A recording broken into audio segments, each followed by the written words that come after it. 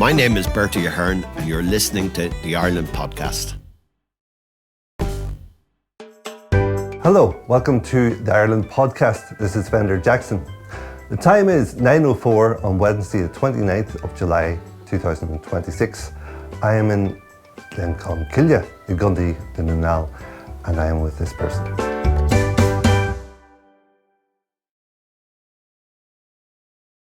Who are you and what do you do? I'm Mary McAleese. What do I do? I'm retired from what I used to do, and now I'm doing things that I decide I want to do rather than that the job directed in the past. So what I'm doing, I do a lot of research on rights within the Catholic Church, how the Catholic Church has or has not adapted to the post-Second World War culture of universal human rights, particularly in relation to children. That's what I write on. And I also write with a group of colleagues on the need for our world to reset the button, reset the button. We are, as a human race, we are, it seems, eternally drawn to conflict, to wars. That's our history. And we think it's time, with facing as we do a meta-crisis, multiple meta-crises, existential crisis capable of wiping out humanity, wiping out the earth. So we're working on, if you like, a formula that would transcend all the differences that there are between religions in the world and between the religious and the secular. And we're saying there is a space in the human heart for understanding the sacredness of the human person and the sacredness of the earth, and that they are interrelated, and that we, all of us, have an individual and collective responsibility to both. If we could manage to reset that button, we think we could ultimately help to save both humanity and the earth.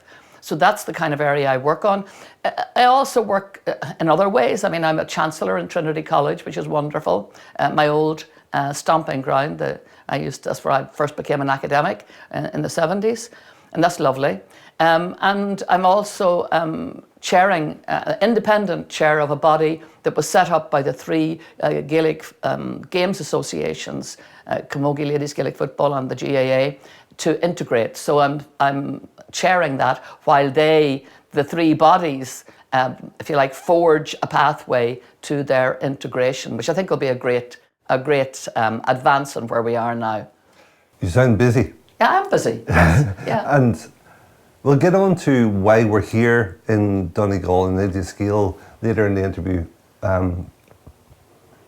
You're the first president in the world to have succeeded a female president. That's right.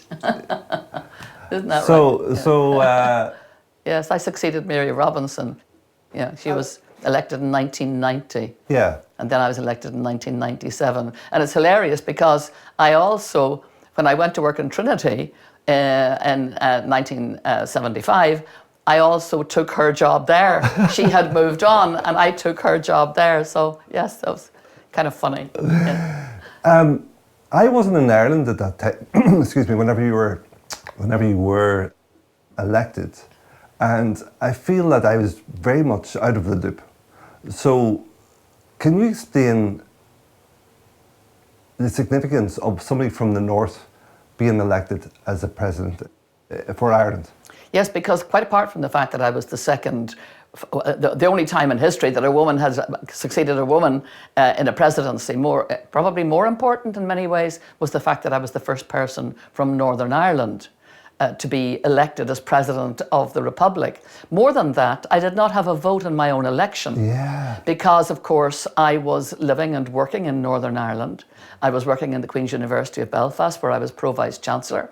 And then I was also living in the beautiful village of Rostrevor, just across the border. And though I had lived, of course, in the Republic, and I'd worked in both Trinity College and in RTE, both in radio and television. So I had experience of both sides of the border, very strong experience. My father, of course, from the west of Ireland, from Roscommon, where I now live. So my life always straddled all of Ireland in a borderless kind of way. Yet I grew up in Ardoyne, And I grew up, even though Ardoyne is classified in many people's minds as a Catholic enclave, it wasn't when I was growing up. I grew up, and we were the only Catholics in our street. I grew up on the Protestant side of Ardoyne, which was great because all my friends then came from that community. And again, that was an embedded set of insights and experiences, and also of lifelong friendships that were to help. So when I was elected, and just before I was elected in 1997, if you remember, we did not have the Good Friday Agreement. The Good Friday Agreement happened in 1998. And so the Troubles were still in course, and they were still causing all of us great grief, not to mention, well, of course, the grief of those who were losing people through death, through conflict, and also losing their minds through the ongoing anxiety. And I'd always been involved from very early on, from teenage years. I was involved in interdenominational, inter-community talks, and that had always been a passion of mine, the issue of reconciliation within Northern Ireland. But I also knew both jurisdictions very well. So when I ran for election in 97, Mary Robinson had decided she was leaving office a little bit early in order to take up a post as United Nations High Commissioner for Human Rights. And that was a bit of a surprise to everybody, because everybody assumed she would stay on for another 7 years. She was a very, very popular president and a very effective president. And so the question then arose, well, who would replace her? And there was a strong view, and I was of that strong view, that it really should be somebody from the north, and that the focus should be on the relationships within Northern Ireland, between north and south, but also, of course, east and west, between what I might call London and Dublin, but it's actually much greater than that. And I presumed and assumed that the obvious candidate was John Hume. He was my hero from I was 13 years of age. He remains my hero. I don't think anybody ever comes close as a comparator. Massive political, but also pastoral presence. A man of huge principle and great self-sacrifice. As it happened, I was working with John Hume and Gerry Adams on behalf of what was called the Redemptorist Peace Ministry.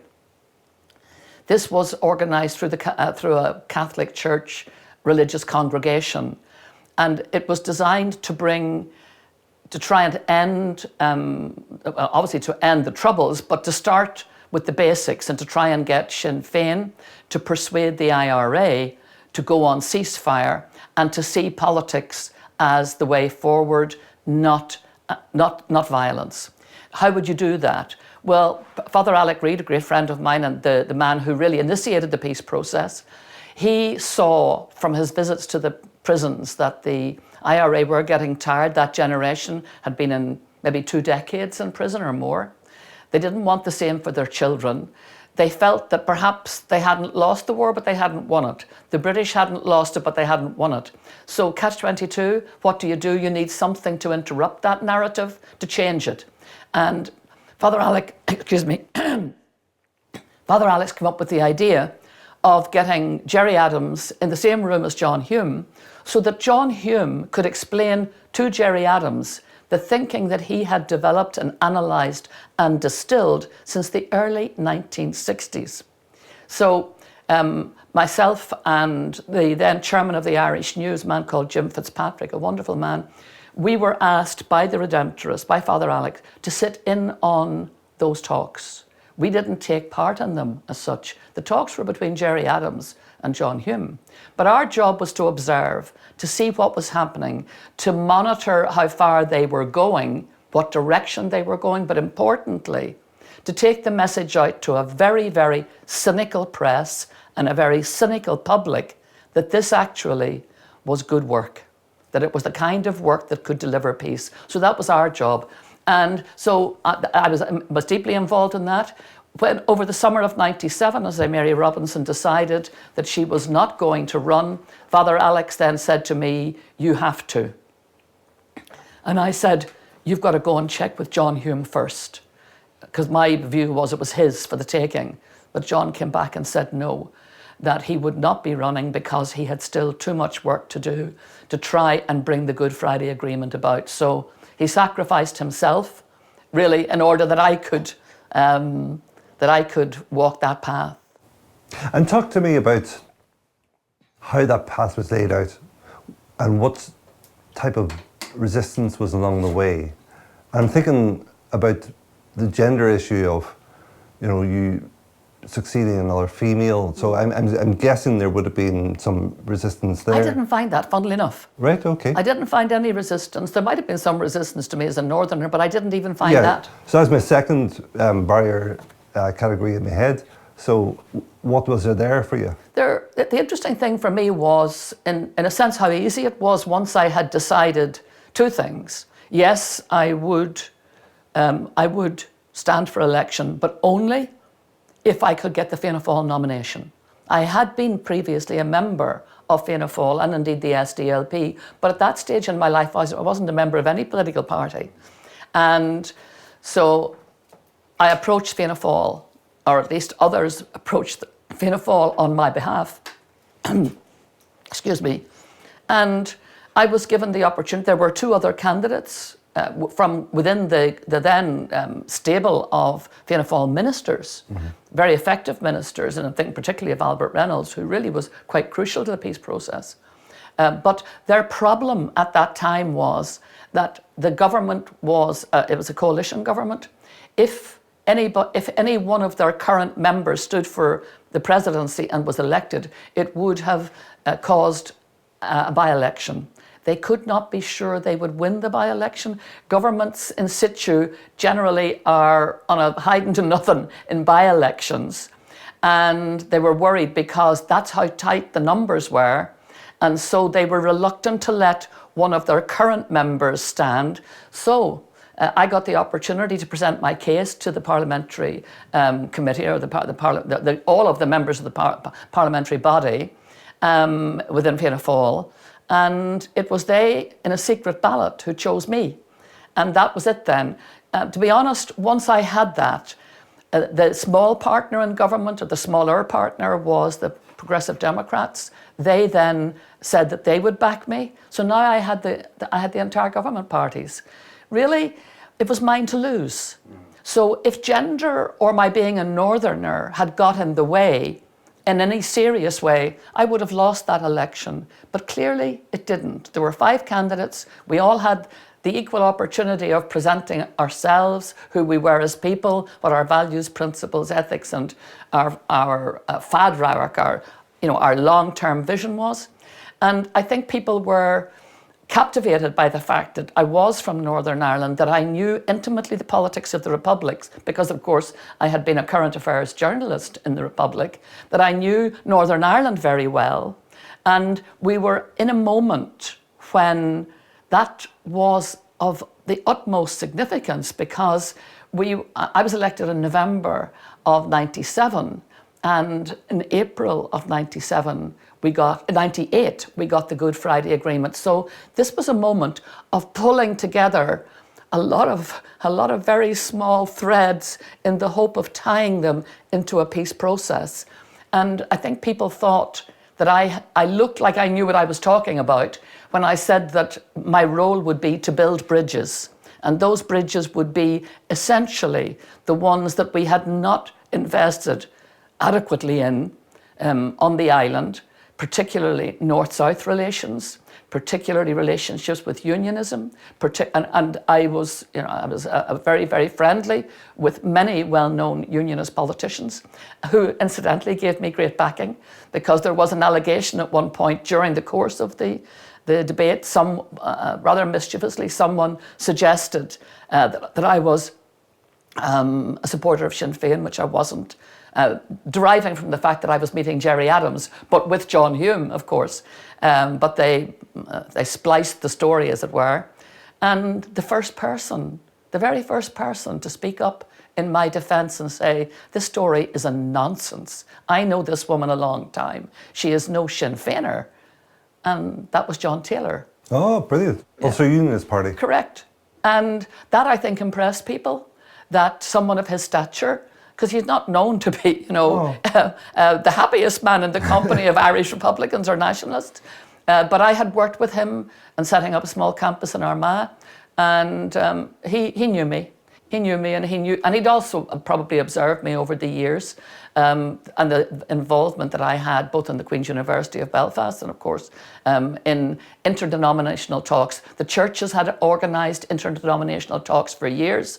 I chaired, along with a Quaker friend, a body of mixed religious leaders we did a report on sectarianism, and for and on behalf of all the churches. We were asked by all the churches to do this.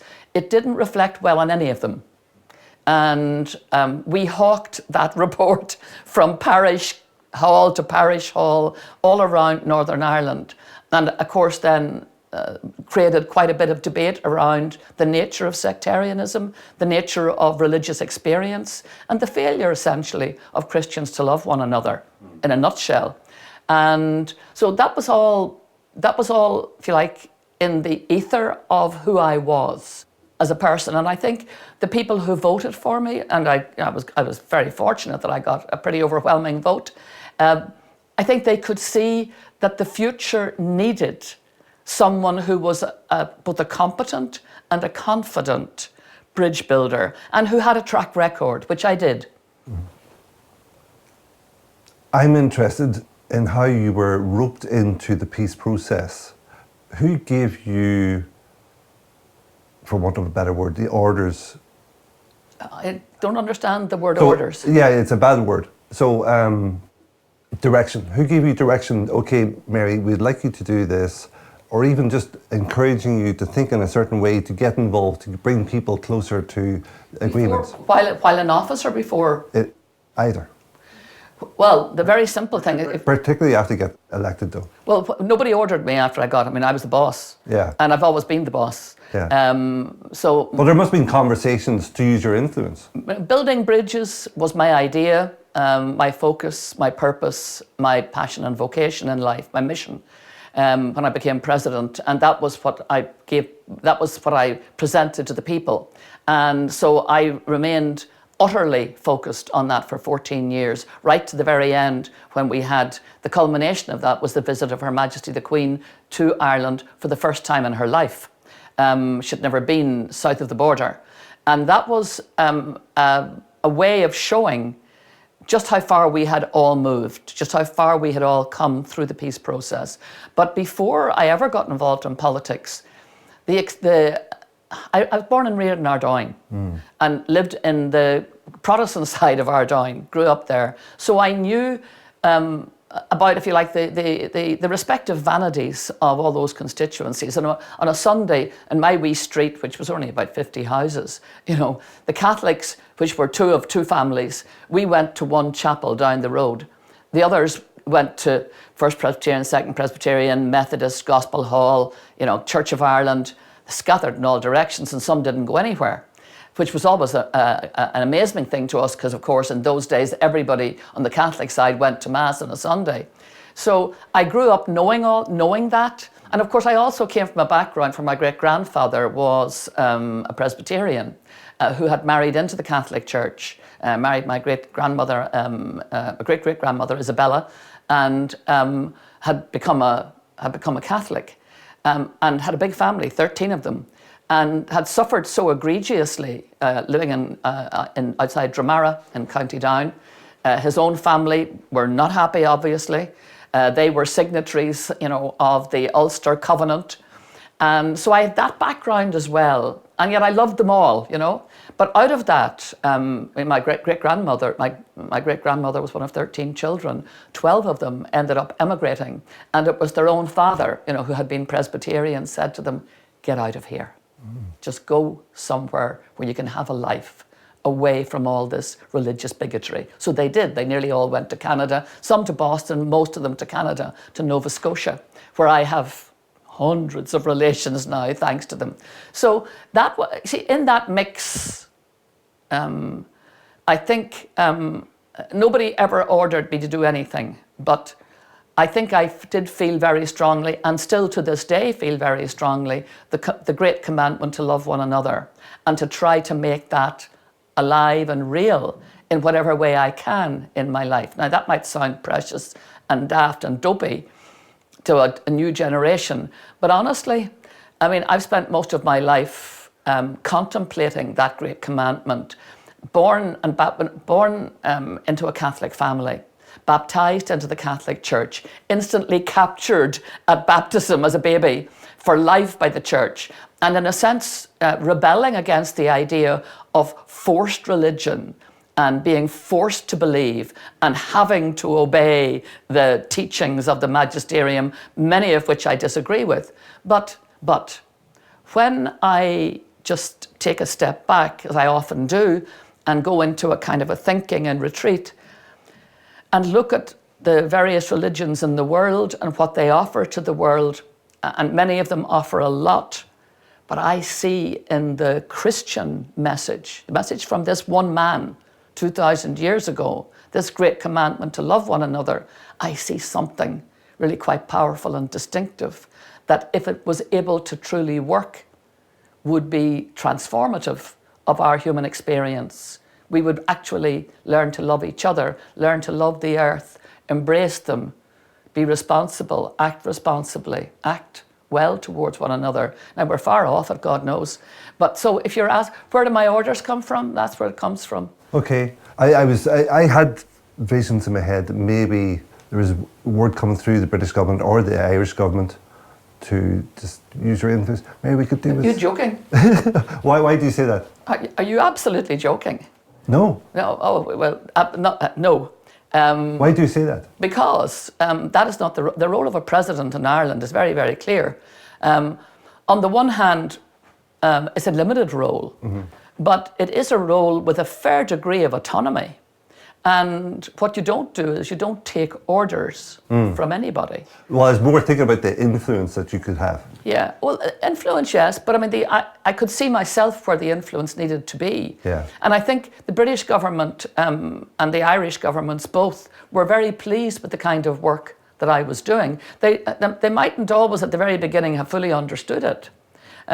Particularly, for example, when from the very beginning, I initiated an outreach to unionism and to Orangeism, and said from day one that we would celebrate on the 12th of July. We would have a celebration in Arasnochtron, that's the home of the president, and it wouldn't just be for the Orange, but it would be a celebration of those who are the descendants of both the Williamite and Jacobite traditions, who are, in conflict with one another, but we would learn through celebration together to, in a sense, to explore what was communal, particularly our music and our poetry, our dance. So we did that. And unfortunately, I brought members of the Orange Order to Arasnochtron, and I said, this is what I'm going to do. And they said yes, but of course, they were cynical. I understood that. The minute there's any trouble, that you won't do it. And I said, come what may, we are going to do this. Unfortunately, on the 11th of July, 1998, which was the first big event involving an open invitation to the Orange to come to Arasnochtron, many of them really scared stiff of coming south of the border. And of course, those who were south of the border saying, well, we wonder, will it happen? But the day before it, Loyalists murdered the young Quinn family. This was a family of mixed religion, Catholic and Protestant, and they killed these little children. And it was an appalling, evil act. Now, the question was, were we going to go ahead with our own event? Or were we going to let them interrupt that and interrupt the plan for that? And because I had promised, I felt I have to ask the Quinn family what they want. So through their pastor, we went to their pastor and said, could you check with them? How would they feel if we went ahead? And they told us, do it. Brilliant. That said to me, what we're doing, it's God's work. It's good work. It's wholesome. You could call it holy work, but it's wholesome work. Yeah. And so we did. And people just sat and held each other, embraced each other, and cried all the way through that event. Because, of course, it was dedicated to the Quinn children. But that also taught me of the deep humanity, the tears that are in everybody, that we really had to bring to the surface to show that they were, unfortunately, collaborative and collegial. The same thing happened at Omagh. So this is why I laughed when you said, who orders you? Because when I went, Omagh, of course, happened that same year.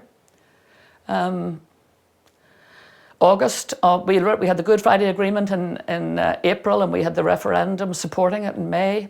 Everything looked set for ceasefire and for building reconciliation and peace. And then we had the poor Quinn children, but we also had the event in the Irish, which spoke of a deep and urgent need to embrace each other. August, the Omagh bombing. And I was on a lovely country walk in County Roscommon with my kids, and was told the news by a police officer who came and told me. And I immediately said, I have to go to Omagh now. And I had set up a small campus in Omagh on behalf of Queen, so I knew all the main public figures on all sides in Omagh. And of course, immediately I was told by the security forces that's not possible. And it's just too big a security risk. And not only that, but you would be in the way, and it might be taken the wrong way. It might be regarded as offensive. It might be also regarded, obviously again, the British who would have to be involved, felt that since the Queen wouldn't be coming immediately, that I couldn't go. And I phoned the then head of the county council, the chief executive of the county council, whom I knew very well from my work there. And I said, John, what am I to do? I really want to go. I'm being told I can't go, and I'll never forget his words. He said, we need you here. Oh. So I went. I got into the car and I went to Omagh immediately. I got out of the car. Bear in mind that the people who were driving me and the people who had driven me to the border and the RUC guys who were taking me on to Omagh, their view was this is very dangerous stuff now. Mm. And the view from all the diplomats and the securocrats was, this is not a good idea. I got out of that car, and Alan Rainey, unionist, head of the council, county councillor, whom I knew well, walked towards me and threw his arms around me, and the two of us stood and cried together. And for me, that was, you see, this is what happens when you love one another. Amazing things happen. And then the funeral. One of the funerals took place here in Donegal, actually, and of one of the young boys who died, and by coincidence, a young kid who'd been to the Irish some time before, very short time before, and had sent me a beautiful little card describing the building, a little design of building bridges. And this little boy died in the Omagh bombing. You couldn't make this up, But anyway, I went to the funeral, and David Trimble. Now, I'd had my problems with David Trimble over the years because he'd been my lecturer when I was in Queen's, and he was a dreadful bigot in those days, shocking bigot. But then he made a very good decision. He married a wonderful woman who was a couple of years behind me at Queen's, absolutely first-class person. She wouldn't have a bigoted bone in her body. She's wonderful. Daphne Trimble. Daphne, she's just brilliant. Daphne, or as she was to me in those days. And I actually credit her with getting him through the Good Friday Agreement, because bear in mind, everybody belonging to him politically abandoned him. So he went back to a home where there was no abandonment. She was telling him he had to keep his focus on the future. And I credit her with, I don't think she gets half enough credit, to be honest. But anyway, he was in the seat behind me. Now, he's an Orange man, and he's at a Catholic Mass now. And the Orange Order gave him publicly such a lot of grief over that. Imagine that he was attending a funeral of a little boy who'd been murdered in Omagh.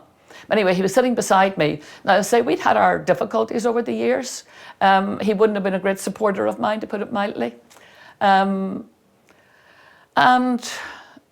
He tapped me on the shoulder when he came in, and I turned around and I saw him, and the two of us stood up and we just hugged and cried. And again, I felt that for both of us, this was the most meaningful of reconciliations, a great witness to others, to the power of the hug and the reconciliation.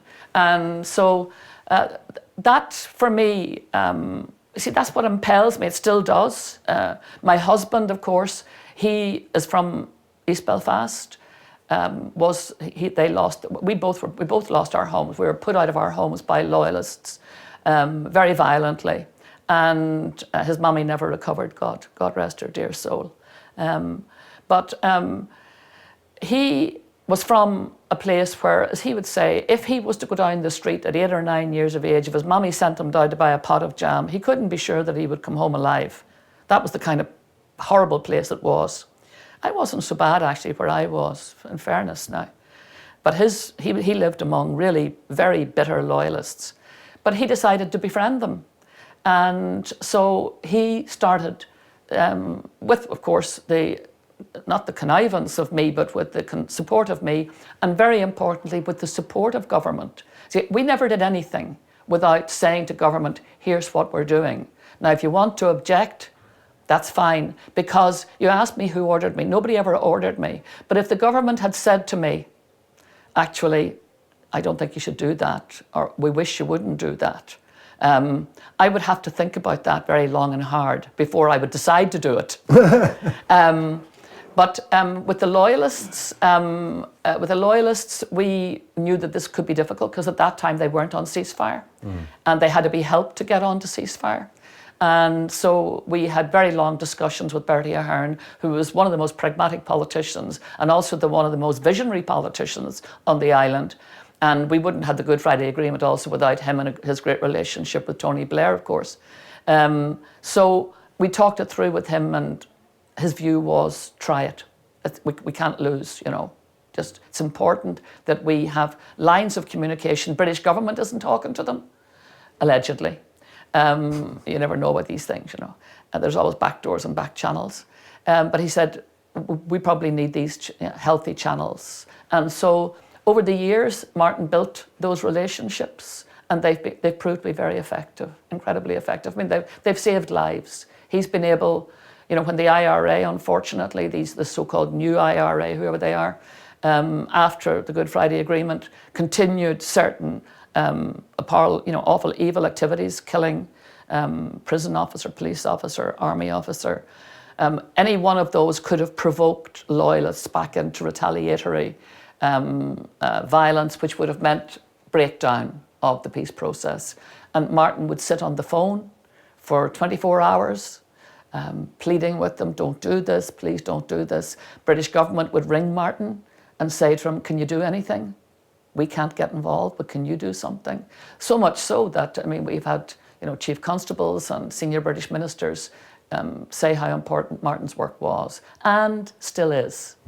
There wouldn't be a week goes by, but those friends that he has made in the Loyalist community, of whom he thinks a lot, that they wouldn't be in touch with each other, sharing information and advice and insights. Because his view is very simple. If I had been reared in the circumstances in which they were reared, I'd be them. Of course I would. There but for the grace of God. Yeah. Even though Martin doesn't believe in God. It's fascinating listening to you, you know, and every time you start a new sentence, I have about 9 more questions. And I need to jump back to that time in the room with Hume-Adams. What did you observe? I observed something that I regard as a miracle. John Hume had been thinking about the situation on the island of Ireland, and in particular in Northern Ireland, all his life, from he was a young man. His first foray into analysis was in the early 1960s. If you read that analysis that appeared in the Irish Times, it is almost word for word in the Good Friday Agreement in 1998. So he was so on top of his game. He could see how, you know, he could see a pathway through to reconciliation, a very narrow pathway, but it would involve quite complex resetting of relationships within Northern Ireland, North and South and East and West. And of course, it would also involve the European Union eventually and our friends in the diaspora, especially in the United States, also Canada, but the United States in particular at that time. So he had all that together in his head. And he's also trying to explain to Gerry Adams the huge influence of the European Union. Essentially, once we got the Single European Act and the Customs Union, the border in Northern Ireland evaporated as a phenomenon. We were now all in the European Union. Some had the euro, some didn't. But as a concept of border, it evaporated. And once we would get peace and demilitarization, and the militarization along the border was gone, he was able to point out, you know, you were going to be able to operate essentially on an all-island basis together. Yes, you would have, of course, two separate jurisdictions, but the mechanics of division would be flattened by membership of the European Union, particularly the Single European Act and the Customs Union. So, which of course occurred, you know, during the late 1990s. And so he was explaining the impact of that and the import of that, and that Northern Ireland, and of course the Brexit referendum proved him right, Northern Irish people, Protestant and Catholic, supported the idea, despite the Reverend Dr. Ian Paisley, they supported the idea of Europe and of the European Union. So he was giving to Gerry Adams the language that he hoped that Gerry Adams would, of persuasion, that he would then bring to the IRA and persuade them that there was what Father Alec always described as an alternative strategy. Because Alec always said, there's no point in me getting into the prison and telling them, you can't kill people. You know, the gospel says you shouldn't kill. Because they'd say, yeah, we know that, in brackets, doesn't apply to us. So he'd say, look, lads, just look at your strategy and ask yourself, is it working? And it's not. So you need to think of another, and I say, you know, the definition of insanity is to keep doing the same thing in the hope that it will produce a different outcome when it's always going to produce the same outcome. So that was, when I observed John Hume and Gerry Adams talking together, and it was a powerful thing to witness, what I witnessed, and I've said this publicly, was Gerry Adams essentially sitting in the company of the master. And that's how it was. Magister Ludi. He was listening to the master, and the master carpenter, the master boatmaker, the master political theorist. And do you think that Adams knew that? Oh, absolutely, indubitably, undoubtedly. You could see it in the sheer respect that Adams offered to Hume spontaneously it was wonderful to watch. He was the pupil. There's no doubt in my mind. He was now, of course, he would explain his own constituency, and then John would say, yes, well, let's just look at that and let's open that up and let's unpack that and let's try and find the space in that we can get good out of. And John was a master analyst, political analyst par excellence. I mean, this island, not since Dan O'Connell really and Parnell have we seen his like. I can't think of anybody else apart from Parnell, and certainly O'Connell. I mean, he's the man who took the baton from O'Connell and delivered O'Connell's dream to the best of his ability. But in those talks, there is no doubt in my mind, it was master and pupil, and the pupil was a very adept pupil and a very willing pupil and a hugely respectful pupil. And John was the same. He was a teacher. He wasn't there to preach. He was there to teach.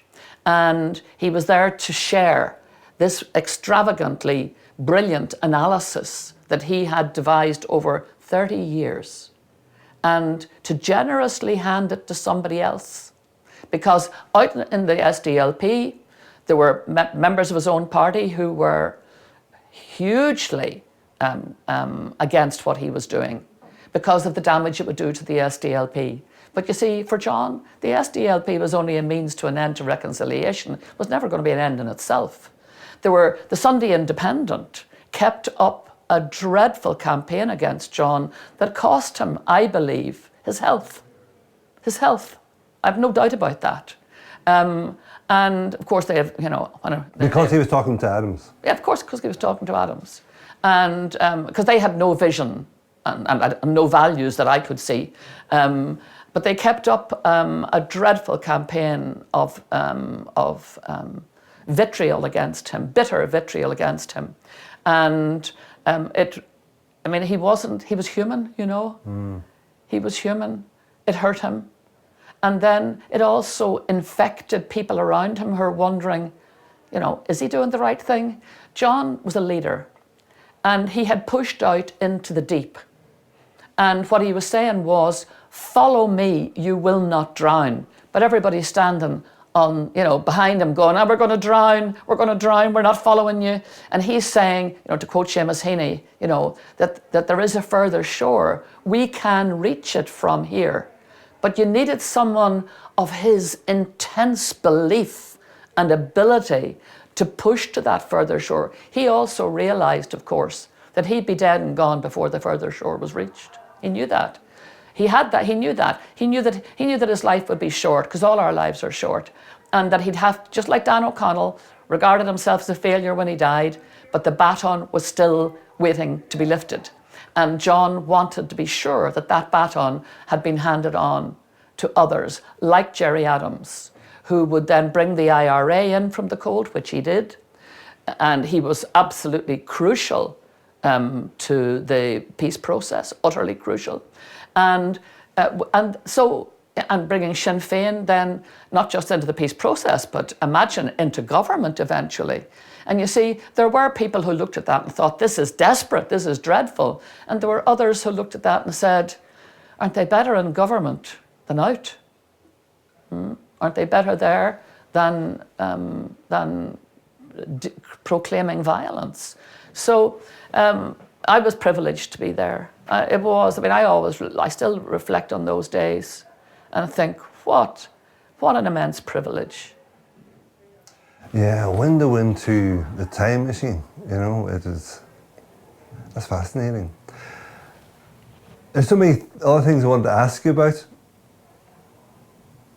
Can you condense into a couple of minutes the Queen's love of hurling? Mm-hmm. You invited the Queen. I did, yes. And she talked about hurling. She and I had one of the first big conversations we had about hurling was in Belgium, on the way to Messines, where I was opening this new Island of Ireland Peace Park with this wonderful big round tower. She was there. The then king of the Belgians, Albert, was there, and his wife Paula. We were travelling together in a car, knee to knee. We were two opposite two. I was sitting beside the Queen. And she started talking about shinty and hurling. Yeah, and she loved shinty and she loved hurling. She knew that she knew a lot about both of them. We also mentioned Paisley, of course, and we were talking, because he, of course, was not in, this was 1998, November, and he had stayed out of the Good Friday Agreement, stayed out for 7 years, incidentally. And she was she had no time for him whatsoever. She abhorred him and his politics, and he had never been very nice to her anyway. He was quite scathing about her, said some terrible things when she went and saw the Pope and that sort of thing. So we were talking about him, and Queen Paola said to us, who is this man Paisley you were talking about? I don't know him. And the Queen looked at her and said, oh, lucky you. She had a fabulous sense of humour, Yeah. And I was privileged to see that over quite a number of occasions. But from the first time I met her, which was before I ever became president, I knew that she wanted to come to Ireland, because she told me that it was one of her great sorrows that she had never been able to come to the Republic, and that she felt that because of that her contribution to peace was in a sense incomplete. So I had said, well, anything I can do at any time, I'll try my best. And then, of course, when I became president, she said, remember, you made a promise. And I said, I did, and we'll keep it. And we did. But it took 14 years to get to the point where it became feasible. I was almost ready to leave office after 2 terms. And fair dues to her. The minute that my government said, yes, we can do this, she absolutely, cleared her diary and came. And it was a great visit. A diplomat was sent to tell me, one of our own diplomats, that maybe we should just have her for half a day, fly her in, give her a cup of tea and a bun, take her to a race, let her see a few horses, because she had 25 horses trained in Ireland that she'd never seen run in Ireland. And then, get her back on a plane and get her helicopter and back. And I said, no, I said, to the particular diplomat who's now dead and gone, I said, no, because here's the thing, you can't call that a state visit. Where I come from, we would call that the bum's rush. And I'm having nothing to do with that. But I'll be soon gone, and you can let another president do that if they want. But I want a state visit. That means at least 3 days. And it was, oh my God, this will be, hugely costly and other. I said, look, let's just take the long-term view here and forget money, forget security. We have people who can deal with all those things. This would be an historic act of reconciliation. She would not be coming to act as Lady of the Manor. I knew by then she would be coming as a Christian pilgrim on a pilgrimage of reconciliation, of sorrow, of genuine sorrow for the past.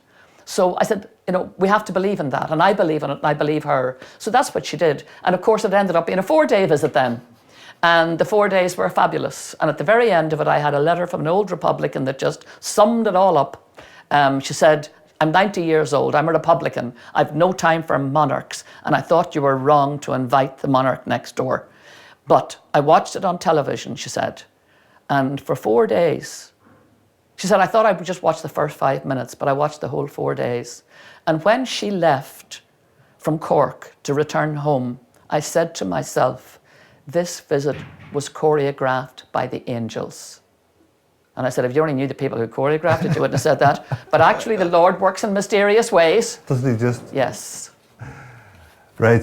Táimid is Oideas Gael inis, agus Kent fan will tú an seo. Oh, Táimid an seo, Táimid teacht an seo, the blianta fada. Agus Táimid teacht go Donegal, go hairach go dé an Gaeltacht ón am a bhí mé scoil in Belfast. Now, is as Gundy Russ come on Mayadi.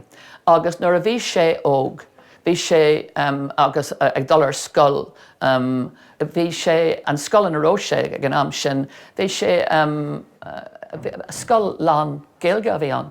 So nuair a tháinig sé in a dégór go Belfast, agus nuair a tháinig Virginia an clán ar an saoil, ní ró mór an seans for Quinn Gaeilge a áil in Belfast. In san scoil paróiste, ní ró Gaeilge be san scoil paróiste ar dáin. So forma ar amach go ró Gaeilge ar fáil in san scoil eile, míle go le she's an bóthir. So Hume John, Hume ma Gerhard Cougar, Gerhard agus hu siad go dtína Brachar Christi, achin a ró Gaeilge le fáil. So bhí sé tábhacht ma ahar go ró seans ag a chlán an Gaeilge a ólam. So mar sin huimiide tríéag mar dégór go dtí Gaeltacht an lár a bailile na Fine. Bhí mé an 1, 2, 3, 4 bliain. Ag an dearad bhí mé gobar in san Uffigin Fuistin bailile na Fine. Agus so bhí an Gaeilge, bhí sé fitse fuirte ma héal ón am a bhí mé óg. Hu mé go dtí Clúanard in Belfast, for Quinne an Gaeilge a ólam agus an kind of kosher agus cólúder le duine eile a bhí simach sa Gaeilge. Nuair bhí mé im Uachtarán, tháinig mé don céadúr de Gleann Cholm Cille, agus tá mé ag teacht gach ile bliain ón nóchas a seacht. Agus aber a couple of focal as Liam Cunningham's influence. Oh, and Chonachar ó Liam, agus Joe Foster, Joe Watson, and Berchaku, fad raiark. I mean, fake and seo, Tamwich in Glananish, Misha and Ranga Hocht, Marching, Ranga Cuig, Majera her Foster, Majera her Zoiga, Tashi and Shaw, and Ranga Cuig, agus a couple in Rangahain. is a Sassanid agus níl focal Gaeilge acu ar Corbe, but tá siad an seo agus ag win a lán sult as an áit. Now, is a Sassanid in san rangatá in rangahéin Dina as an idal, as an rank, as an Stát Aontaithe, as Canada, as gach ila carn den dón. Agus tá éanú an dón an cúpla. You know, tá sé dó creidethe. Agus an sort of sais fuinneamh atá an seo. Tá sé just rud Ainta speisialta, agus a buchas de Liam, a buchas de Joe, a bhí, you know, mar cean ródathe, mar léachra Gael. San am nach ró pinion acu, ach bhí an fad raiarc acu, agus tamid an seo in Gleann, agus tamid abalta eáil, cé a hála, nuair atá fad raiarc agat, agus cean ródathe mar Liam agus Joe agus Joseph. Just tá sé dó creidethe an méide tá deanta. Agus an rud atá speisialta an seo, an sort of sais an atmosphere tá sé có mar clán land de gra. Sin é agus sin an tam tá ag dul go dtí an rang le maithair anis. Le de ahar seán. Bhfuil si agus bhí sé an céadú a tháinig mise. Bhí sé an. Bhfuil si an dana ar bhfuil si carcáir? Ó, bhí sé. Níl si go dana sa bhí sé. Bhí sé go beag níos ciúnan níos. An céadú go hairithe ag an dása. Ai, sin é. Ag an dása sete. Okay. Mary, you're the first president that I've had on the Ireland podcast, and hopefully won't be your last. But you know, I feel like I haven't even touched the top of the drop in terms of the ocean of knowledge of you, and maybe if time allows in the future, this could happen again. Can't you? Can't fan of well. Okay. How much bravo day, Anna? Anyway, go to me and my. No, have kid Fulcher road Fender, kid Fulcher. Yeah, when Bell salt doesn't crack. Thank you for listening. If you know someone who might value this conversation, please feel free to pass it on. The Ireland podcast is intended as a record of long-form conversations like this, and if you would like to support the continuation of the work, there is a link in the notes. Take care.